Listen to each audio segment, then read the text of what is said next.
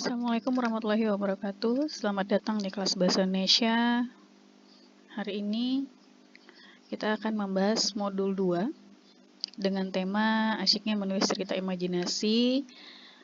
Topik pembahasan kali ini tentang cerita imajinasi. Modul ini terdiri dari 2 unit. Yang pertama cerita imajinasi di sekitar kita, yang kedua andai aku. Baik, kita akan membahas unit pertama. Sebelum membahas unit pertama, saya akan sampaikan tujuan pembelajaran kita pada kali ini. Yang pertama adalah menjelaskan dan mengidentifikasi unsur pembangun dalam cerita imajinasi.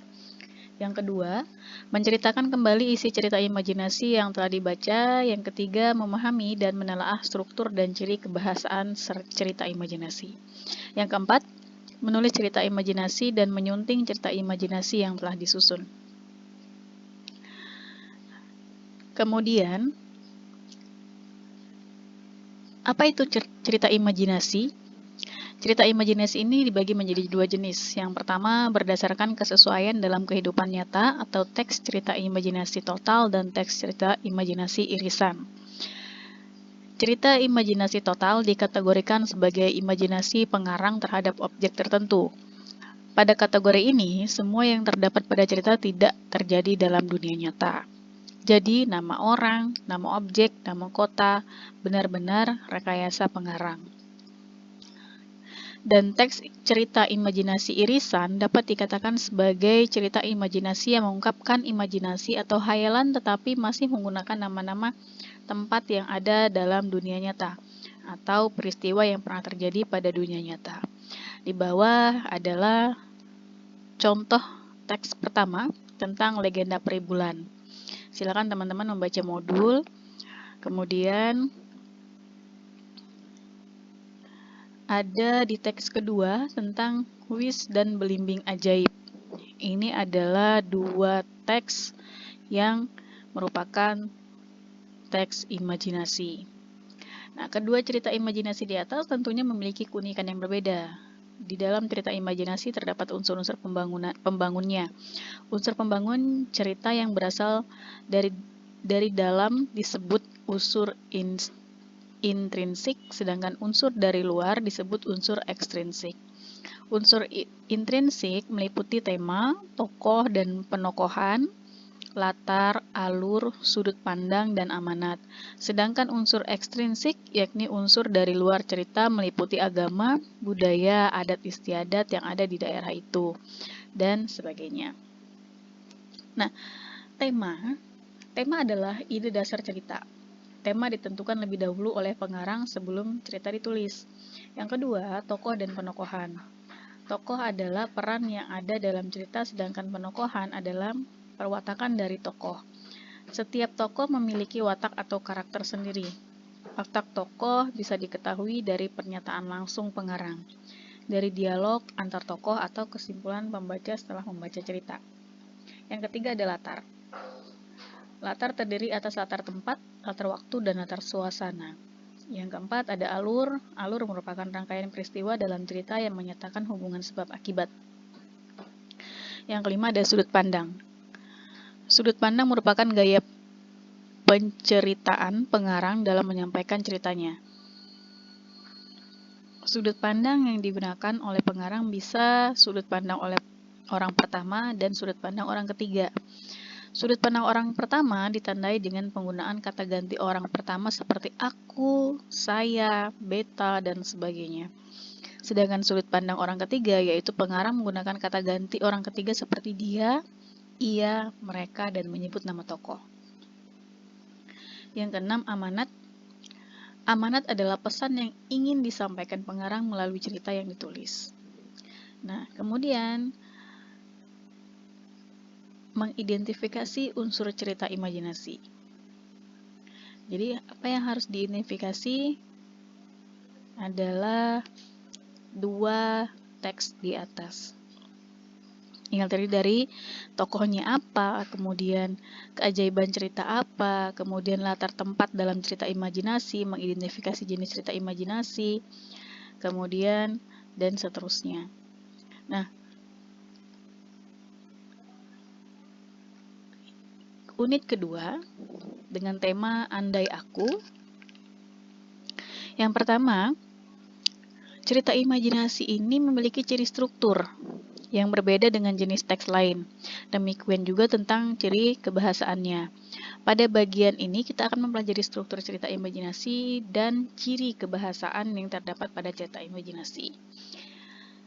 Struktur cerita imajinasi terdiri atas orientasi, komplikasi, dan resolusi. Orientasi merupakan bagian cerita imajinasi yang berisi pengenalan tokoh, watak tokoh, latar, dan konflik.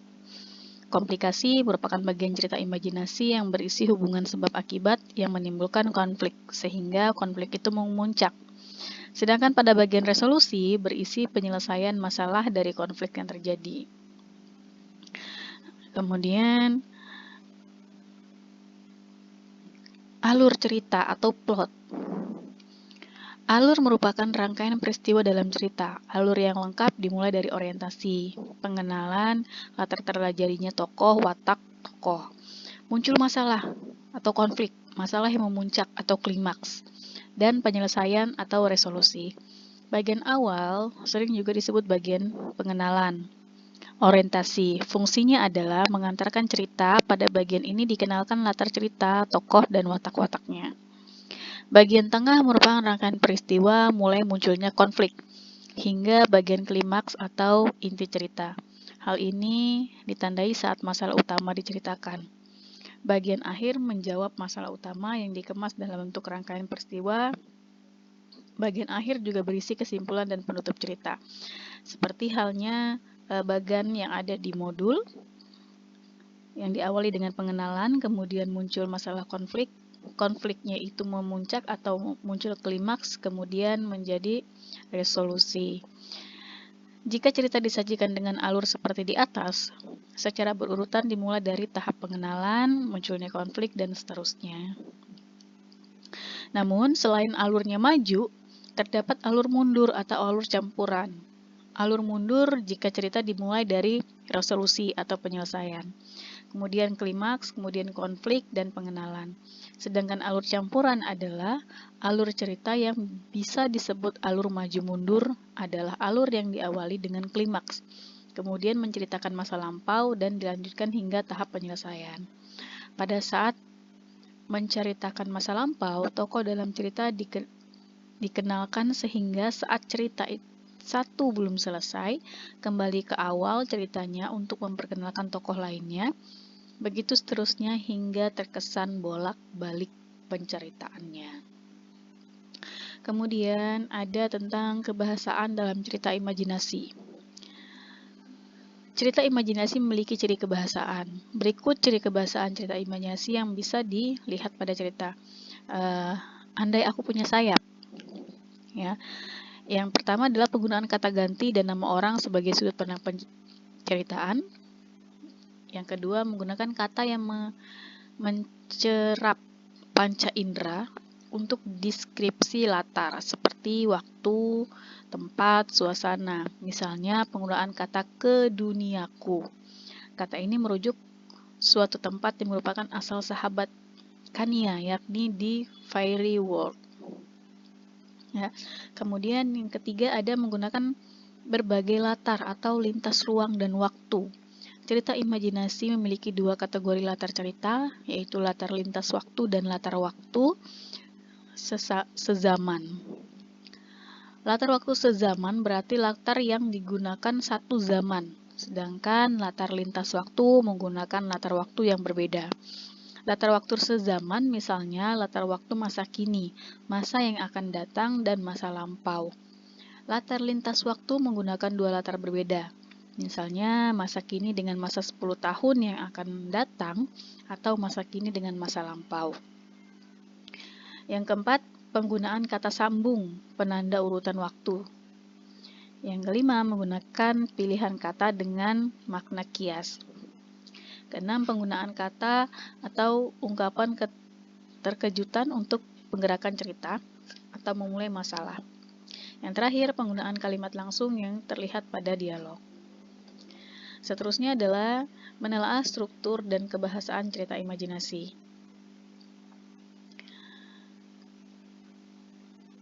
Kemudian, apa yang harus ditelaah dari sebuah cerita imajinasi? Yang pertama adalah bagian orientasinya, kemudian bagian komplikasi dan bagian resolusi. Kemudian, menyunting dan mengimajinasikan atau mendeskripsikan kata. Apa yang harus disunting? Jadi sebelum menyunting itu harus membaca dulu gitu, apa teks dari cerita imajinasi tersebut. Ya, demikian untuk